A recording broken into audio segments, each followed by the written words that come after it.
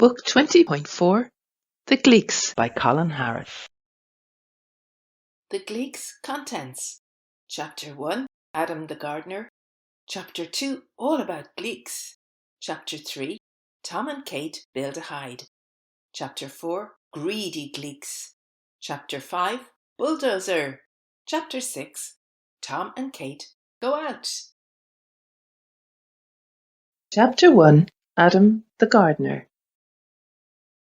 Professor Quickly was as pleased as a dog with two tails.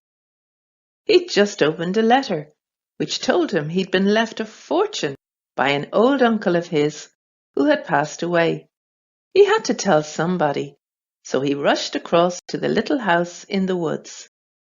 Adam and Polly Hardwick were just as pleased as the professor when he told them what had happened.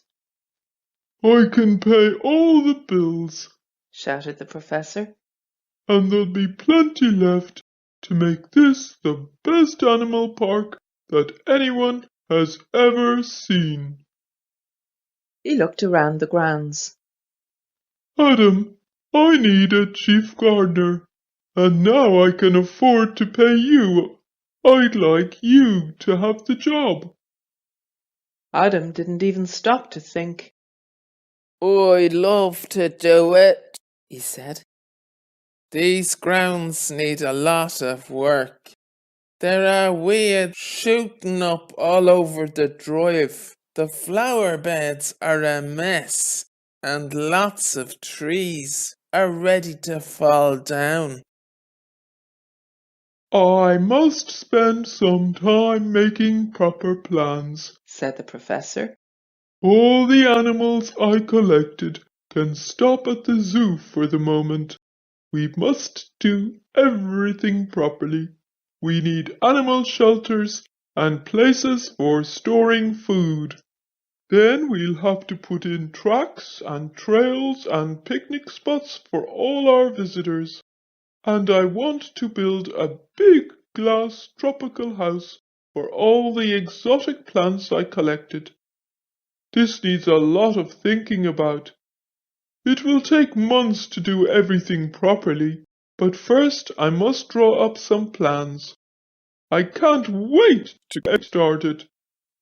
And leaving Adam and Polly standing there, the professor rushed back to his study to begin work. Polly and Adam hardly saw him for the next 2 months. While the professor was working hard in his study, Adam began the difficult job of sorting out the garden. Until the professor had moved in, Crackpuzzle House had been empty for years, and the garden had been allowed to get into a very bad state. Adam worked very hard, and Tom and Kate often helped him, but it was an impossible job. There was far too much to do. The grounds of Crackpuzzle House were very big indeed. Some parts of the grounds were so thick with weeds, thorns, and brambles that it was impossible to move. But what Tom and the children didn't know was that they were about to get some unexpected help. The Gleeks had finished their tunnels, and they were ready to begin work. Adam, Tom, and Kate were being watched. Chapter 2 All About Gleeks. Gleeks are very timid, and they do not like to be seen. They are very clever at making sure that nobody ever spots them. The Gleeks have several ways of becoming invisible. Their first trick is to stand perfectly still. It is astonishing how many times this works. Adults and children simply go past them without even seeing them. Another trick they use is to pull in their arms and turn around. Now they look just like a little bush. But the last trick is the best of all. Gleeks can become a different color. So, if a gleek is standing in front of a brick, it will become a reddish-brown. If the gleek is standing next to some bright flowers, it can match their colors. And even more astonishing, if a gleek is standing in front of something which has a lot of colours. Its skin can become mottled so that it looks just the same as the background. So it is no wonder that it was a very long time before anyone was able to spot them. Each week, the gleeks visited every living thing in the garden. Whenever they found a plant that needed help, they spent some time with it. They mended broken branches and stems, they watered plants that had become dry, and they collected seeds and bulbs and planted them out in different parts of the garden. They knew where every animal family lived, and they often visited them. And there were lots of animals to visit. On the lake there were ducks and coots. Sand martins nested in the banks of the lake. Swifts darted across the water, hunting for insects, and kingfishers hunted for the shoals of fish.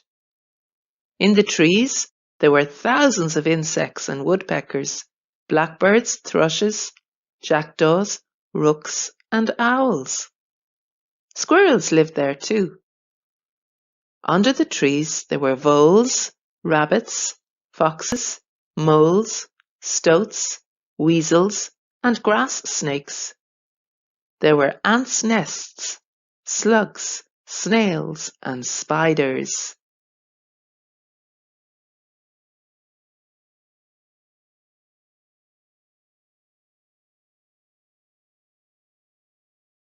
The gleeks knew all these animals and made sure that they did not harm the trees and plants.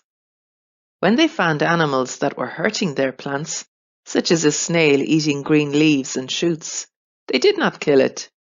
They simply moved it to a patch of weeds so that it could carry on eating and get rid of the weeds at the same time. The only animal the gleeks did not know about was the litterbug, who was still on his travels. Unluckily, even though the gleeks visited every part of the garden, they did not spot the litterbug's cave. If they had, it would have saved them a lot of bother later on. Every gleek had a set of homemade tools. They had spades, forks, trowels, rakes, dibbers, and snippers. They kept these tools in a little wicker basket called a trug. At the end of each day, they cleaned the tools and stacked them away properly in the gardening room, which was inside their den. Even though the gleeks worked hard and never lazed about, they looked forward to playing at the end of the day. Every evening, as the sun was going down, they crept out to a quiet part of the garden to have some fun and games. They loved to run about, to play tag and leapfrog, and to tumble around. Even though they worked hard all day, they were still wide awake and full of beans. The gleeks loved to play practical jokes. They jumped out from behind bushes and rocks. They dropped things on each other. They set little traps for each other with bits of string and rope. They played tricks on some of the animals in the garden too. They crept up on them and shouted "Boo!" Then, at the end of the day, they went back into their tunnel for a well-deserved night's sleep. Chapter 3. Tom and Kate Build a Hide. As the days passed by, the garden began to bloom. Trees which had been ready to fall down were now looking strong and green. All the weeds were vanishing, and flowers were sprouting up all over the place. It was not too long before Adam began to suspect that someone else or something else was working in the garden. Every morning, as he wandered round the garden with Tom and Kate, thinking about which job he was going to do next, there would be something different to see. A patch of weeds would have gone and fresh flowers planted in their place, or a rotten tree branch would have vanished, or a tangled pile of brambles would have been cut down and taken away. Adam couldn't understand it. Have you been coming into the garden and working when I'm not looking? he asked Tom and Kate, but they shook their heads. They were as puzzled as he was. Go on with you, said Dad. You're kidding me. I know you've been sneaking out and doing some extra gardening, and I want you to know that I'm very pleased with you. Come on, you can help me to cut the grass. Tom and Kate looked at each other. Can we just play today, Dad? You can cut the grass by yourself, can't you? Adam was surprised. Normally the two children wanted to help him with every job, but he was glad that they wanted to play for a while. They deserved a rest. Play as long as you want, he said. You know where I'll be if you need me. And he went off to start up the grass cutter. As soon as their dad had gone, Tom and Kate grinned at each other. Time to get on with our plan, said Tom. Yes, answered Kate. Crack Puzzle House has given us another puzzle to crack. The two children did not intend to play at all. They were going to track down the gleeks. When their dad had gone, Tom and Kate got ready for the hunt. For several days now, they had been sure that something was watching them. They kept seeing things out of the corner of their eyes, but when they turned round, there was nothing there.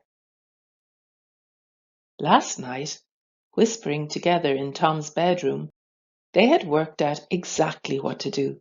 Kate had come up with the best plan. We must think about how bird watchers get close to birds, she had said.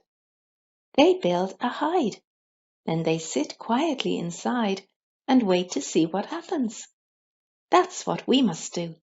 Tom agreed at once. He thought it was a brilliant plan.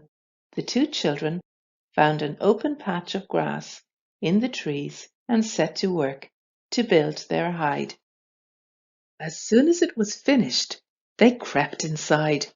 Tom had found his old telescope, and they took it in turns to watch the grounds all around them. The children sat there until nearly tea time, but all they saw were rabbits and birds. Tom was fed up. He was cramped and hungry. Let's go home, he whispered. I want something to eat. Just 5 more minutes, whispered Kate. Please. In the end, they stayed there for another 20 minutes. Now it was Tom's turn to look through the telescope. Kate was getting bored. She was just about to agree to go home when Tom hissed. There's something moving in the bushes. The two children stopped breathing and kept quite still as a little troop of very odd animals crept out. The children didn't know it, but they had chosen the spot where the gleeks came to play every night. They watched in amazement as the gleeks began to chase each other. We've got to try to make friends with them, whispered Kate. How? whispered Tom. But just then there was a loud shout from the woods. Tom! Kate! Where are you? And in less time than it takes to blink an eye, the gleeks vanished. Dad had come to call them in for tea, and he had frightened the gleeks away before Tom and Kate could even try to make friends with them. What have you been up to today? asked Dad, looking at the hide and the telescope. Tom and Kate went red. They didn't know what to say. I know just what you've been doing, said Dad. You've been bird watching. Well done. Now come home and get your tea before it goes cold. As soon as they had finished their tea, the two children crept up to Tom's bedroom to discuss what to do next. If only Dad hadn't come along just then, groaned Tom. We may have been able to make friends with them. I don't think so, said Kate. I think they would have run away. We must find something to tempt them. That's good, said Tom. I wonder what they like to eat. Chapter 4. Greedy Gleeks. The two children rushed down to see Mum. Mum, said Kate. today we played in the woods all day, and we want to go back in the morning. Can we take a picnic with us? Yes, said Mum. Go into the pantry and get what you want. Before long, Kate and Tom had filled a carrier bag with all sorts of things to eat. The bag looked as if it was ready to burst. My goodness, said Mum, when she saw how full it was. Are you sure you've got enough? Just about. Smiled Tom. We got quite hungry today, didn't we, Kate? Kate nodded. Then the two children went up to bed. They couldn't wait for morning. The next day, Kate and Tom were back in the woods. They were sorting out all the food from the carrier bag. They had forgotten to bring plates with them, so they had picked up some big flat leaves to use. Soon there was a trail of leaves leading from the middle of the clearing right up to the hide. Each leaf was piled up with good things to eat. The children had set out lots of different food. There was marmite, cornflakes, crisps, shortcake, yogurt, a lump of cheese, beetroot, cold baked beans, 3 jars of strawberry jam, and 2 jars of orange marmalade. They must have taken everything from the pantry. The children sat inside the hide and waited for something to happen. They did not have to wait long. In less than 10 minutes, the little animals were back again.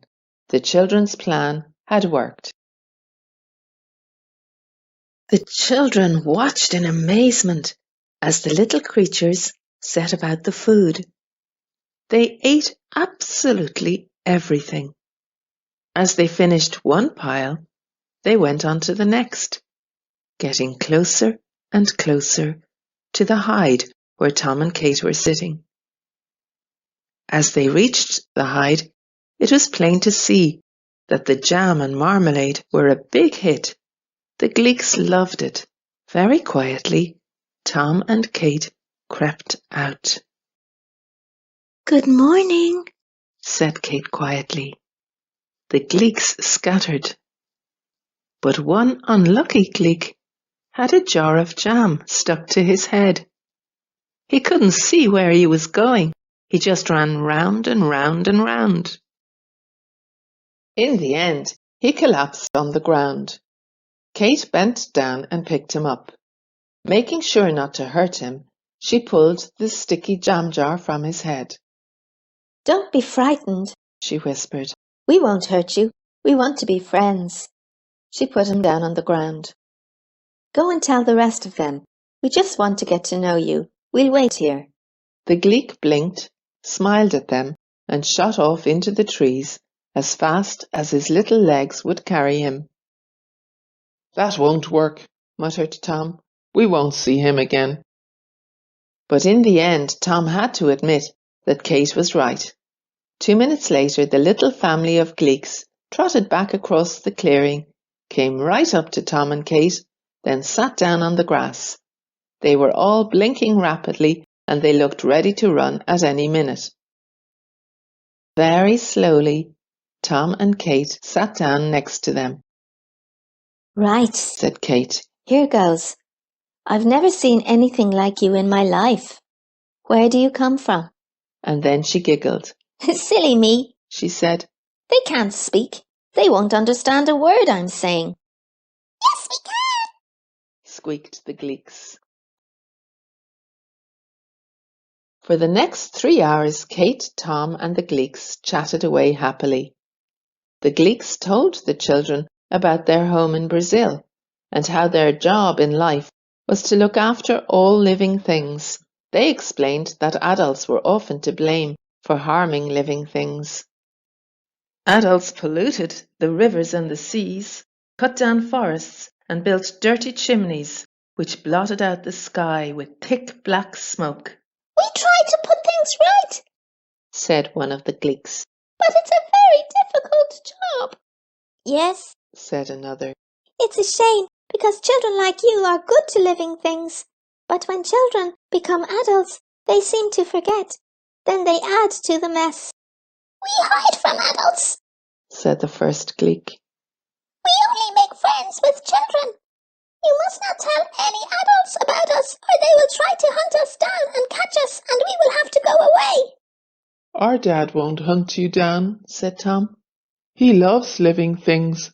That's why he's a gardener. We know that, said the gleek.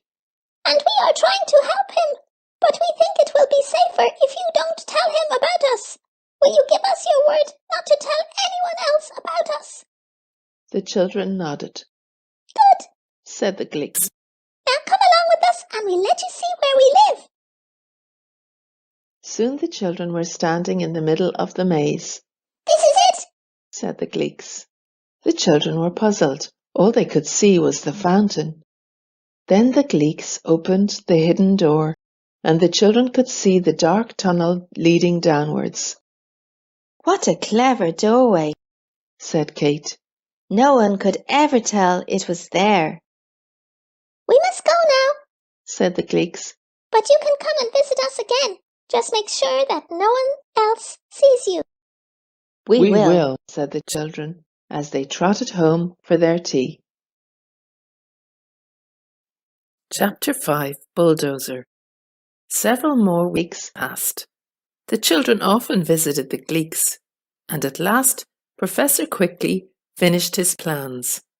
One bright morning he called on Adam Hardwick and his family and told them to be ready for 1 or 2 surprises. Things are going to start happening from today onwards, said the professor. There will be a lot of workmen about the place, and there may be a bit of a mess at first.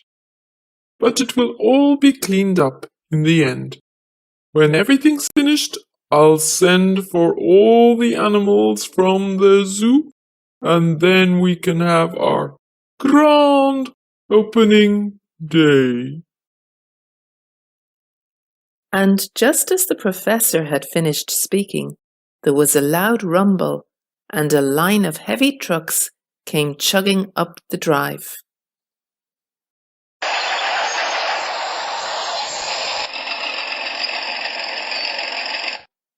Suddenly the garden was filled with big men in hard yellow hats, starting up bulldozers and dumper trucks, unloading piles of pipes, stacks of bricks, heaps of sand, and bundles of wood.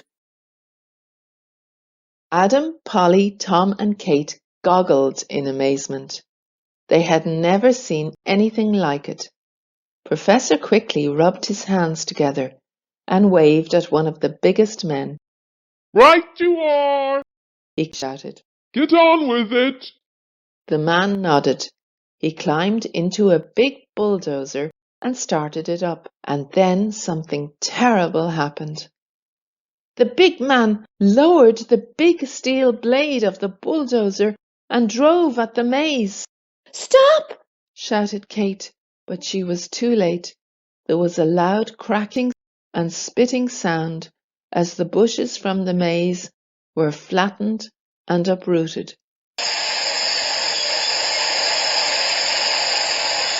Tom and Kate ran towards the bulldozer, trying to stop it, but Adam caught them just in time. He was pale and trembling. They had nearly run under the big metal tracks. What are you trying to do? He asked them. You could have been killed. Before long, the maze had gone. Even the fountain had been smashed to bits, and the broken, splintered bushes were being loaded onto the backs of trucks to be carted away. It had to go, said the professor sadly. We couldn't have little children getting lost in a maze on our grand opening day. Nobody could understand why Tom and Kate were sobbing and crying. As soon as all the men had packed up for the day, Tom and Kate rushed around the grounds looking for the gleeks. When it got dark, they dashed home for their torches and went on with their hunt. But it was no good. There was not a gleek to be seen anywhere. They must have been trapped in their tunnels, sobbed Kate. and we were too late to save them. At last they had to give up. It was useless. The gleeks must have been killed. The two children felt that they had lost their best friends. Over the next 2 months, lots of interesting things were happening in the garden, but the two children would not even go out. They were pale and sad-looking, and Adam and Polly often heard them crying in the middle of the night. Polly went to see the professor. "Hang on until the park is finished," he said. "I think I may be able to help." Chapter 6. Tom and Kate go out. At last the day came when all the workmen left. The professor didn't wait. He marched down to the little house in the woods and insisted on seeing the two children. He was shocked to see how thin and pale they were, but he pretended that everything was normal. "I need your help," he told them. "Everything is finished, and I've sent for the animals. They'll be here in less than a week, and I need you to help them settle in." The two children perked up. Nothing could take the place of the gleeks, but perhaps animals from far-off lands would help them to forget. For the first time in weeks, there was a sparkle in their eyes. "Come on," said the professor. "You haven't seen all the things the workmen have done. You must come and look." He took the children outside. They gasped in astonishment. The garden had been transformed.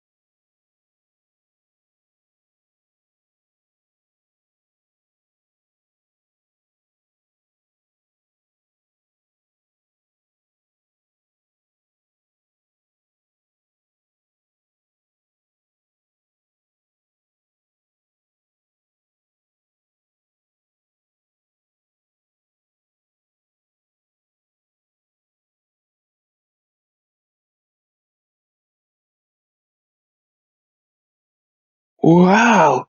shouted Tom. "This is fantastic!" Kate turned to the professor. There was a lump in her throat. What's inside that big glass dome, where the maze used to be? she asked. He got down a big atlas from a shelf in his study, shut his eyes, and stuck in a pin. "That's it," he said to himself. "That's where I'm going first. I'll book my tickets first thing in the morning."